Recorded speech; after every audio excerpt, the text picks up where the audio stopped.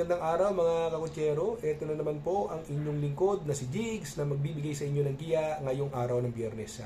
Ngayon po ay Oktubre 4 at meron po tayong 7 magagandang karera.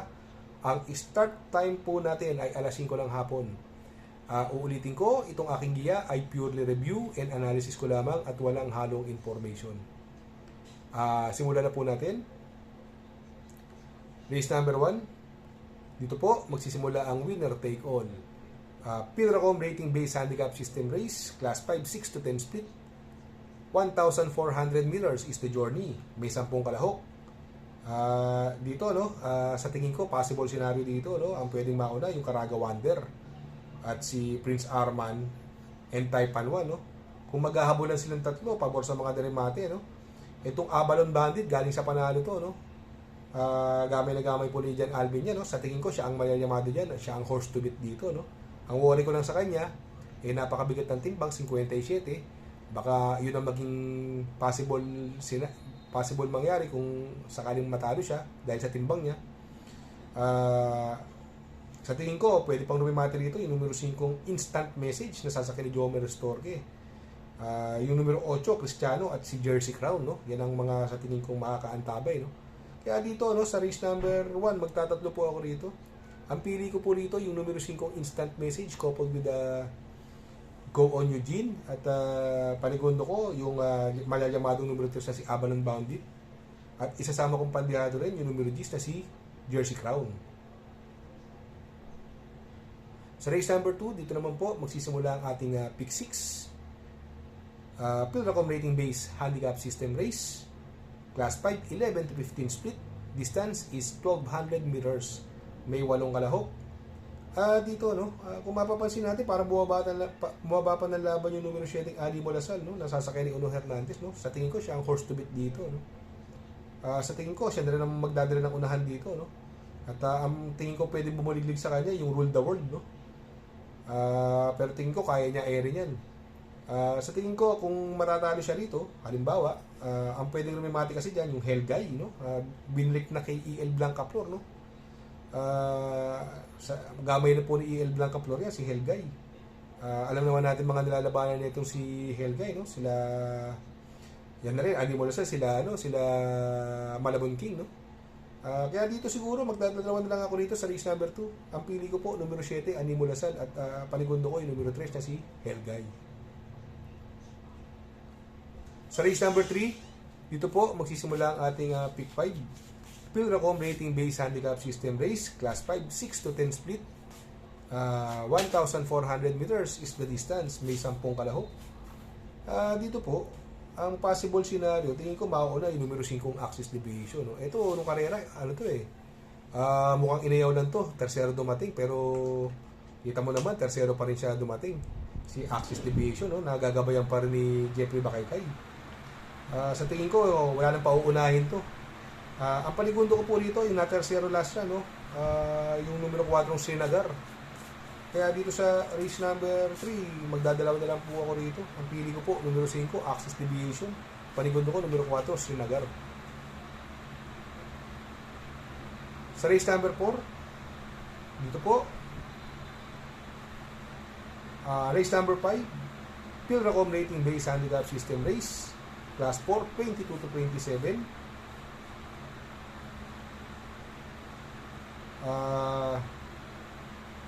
Sorry. Race number 4. Dito po, magsisimula ang ating pick 4. Pilracom rating based handicap system race. Class 5, 11 to 15 split. Distance is 1,200 meters. Dito, may 8 kalahok, Dito, napansin ko dito, ang mabilis lang dito, yung Doña Chicha at saka si High Honors, Binalik na kay R.A. Base, kay Idol R.A. Base si Doña Chicha, kung matatandaan nyo, 2 beses na pinanalo ni R.A. Base yan, dihado, last race yun. Binigay na uli sa kanya, mukhang magpapanalo dito, kaya siya po ang napupusuan ko dyan. Sa tingin ko, pwedeng mabigyan ng magandang laban yung numero 5 Bisyo magserbisyo dahil mababa na sa laban, Sa tingin ko, yan po ang matinding mga kalaban niya, Yung Balibel naman, numero 8, may panalo din po yan, at si Queen Gabi. Si Balibel, magaling po kay Jeffrey Zarate yan, at laging indamani yan. Kaya dito sa race number 4, ang pili ko po dito, Doon ako sa numero 3 na si Doña Chichay. Panigundo ko, numero 5, Bisyo Magserbisyo. At sasama kong pandiado, numero 8 na si Balibel. Sa race number 5, Pilracom Rating Based Handicap System Race, Class 4, 22 to 27. Distance is 1,400 meters. Dito may siyam na kalahok, no? Another anybody's race po ito. Sa tingin ko, may mga panalo. Si Charm Campaign, Sister Moon, may panalo po yan, yung open entry. Grand Laughter, sa tingin ko, siya ang magdadala ng marcha dito. Beltuna, galing sa segundo po yan. Papatubayan naman ni Odil Cortez. At si Golden Sunrise, ito segundo rin po, nasa alto lang ito si Golden Sunrise nung karera Nasakay ni Garganta nakaraan, ngayon binigay na sa nagbabalik na si JQ Cabarrios kay Mr. Longshot, JQ Cabarrios, no? Dito, possible scenario, mauna yung Grand Lapper. Kung hahabulin siya ng numero 3, pabor sa Deremate. Andyan yung Stripe of Pink, Beltuna at Golden Sunrise. Kaya dito sa race number 5, doon ako sa magdadala ng unahan, numero 5, Grand Lapper, nasakay ni Pabs Cabalejo, gamay niya po yan. Panigundo ko, numero 8, Golden Sunrise, at isasama kong pandiado, numero 7 na si Beltuna. Sa race number 6, Pen Ultimate Race, Pilracom Rating Based Handicap System Race, Class 5, 5 placer, split, distance is 1,400 meters. Dito may 10 kalahok, no? Kung mapapansin nyo, parang sobrang lamang ng numero 4 dito, best shot, no? Hindi na niya grupo to, no? At saka yung Rico Suson, kaya lang, sabi ko nga sa inyo, kailangan malaman nyo muna na kung labas sa koneksyon, mahirap din mag-solo pagka mga ganitong karera. Kaya, siguro, para sa akin, magpuproteksyon ako. Para lang nakakasigurado. Pero pag labas, nalaman nyo mo, pwede nyo suluhin yan, si best shot. Ito po, protection ko po. Yung numero 8, si Quincy. Nasakay niya RM Garcia. Mukhang binobuenos to. Nakakadalawang panalo na to. Okay, this girl is on fire. Si RM Garcia. Mukhang pwedeng makachamba si Quincy rito. At yung numero 1, Gianchi. Nasakay ni IDRA base, no?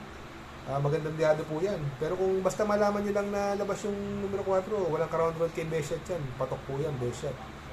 Kung malalaman yung labas, no? Kaya dito sa race number 6, ang pili ko po, numero 4, best shot, panigundo ko, numero 8, pang-protection, Quincy, at pang-protection ko rin, numero 9 na si Gianchi.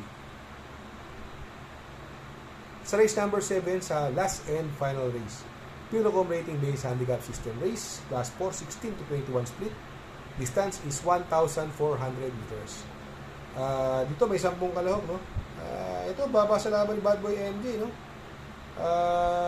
Binigay kay JB Guerra, no? Medyo mag-aangkol laban na to, no? Sa tingin ko pwede magbitsahan yung Galloping Goose dito, Real Equity, Catbite at si Aliana, no?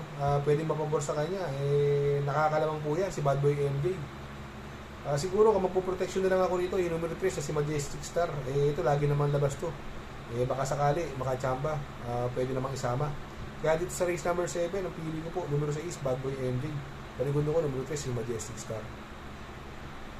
Good luck mga kakutsero. Sana po ay matapat ang ating giya at yung mga nakasunod, sana po ay magkitama po kayo. Ako ay makikisuyo lamang na please like, share, subscribe, and hit the notification bell para update kayo sa mga giya.